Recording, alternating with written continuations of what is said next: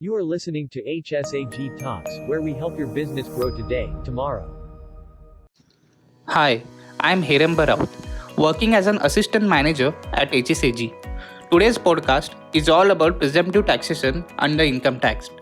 Presumptive taxation has been introduced by government with the intention to reduce burden of small taxpayers who are otherwise required to maintain books of accounts and bring transparency into system by making income tax return filing process smoother and encourage more and more tax compliance.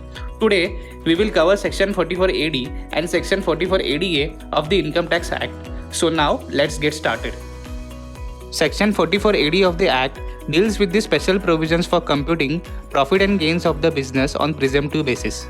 As per Section 44AD, in case of an eligible assessee engaged in an eligible business, a sum equal to 8% or higher of the total turnover or gross receipt shall be deemed to be profit of the business.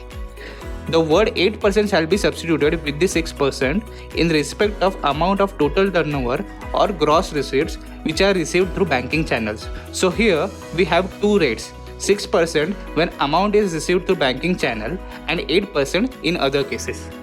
Once the assessee opts for the scheme, it will be deemed that full effect is being given for the deduction allowable under provisions of section 30 to 38. And once the scheme is being opted, he is also required to follow the said scheme for next 5 years. If he fails to do so, then presumptive taxation scheme will not be available for him for next 5 years. The provisions of this section shall not apply to a person carrying on profession or agency business or a person earning income in the nature of commission or brokerage. If an assessee declares his income under Section 44AD and turnover does not exceed 2 crore, then tax audit is not required to be conducted.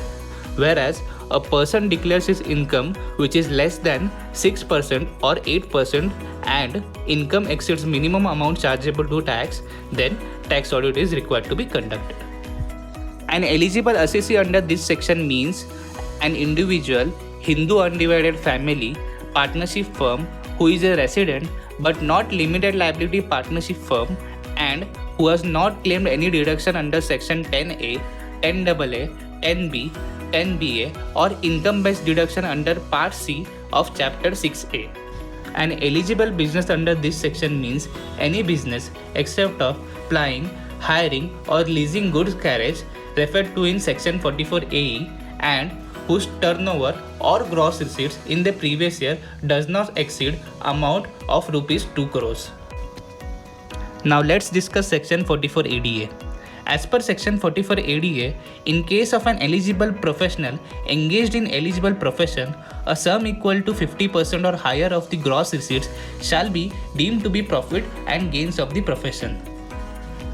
Where a person declares income less than specified 50% and income exceeds minimum amount chargeable to tax, then tax audit is required to be conducted.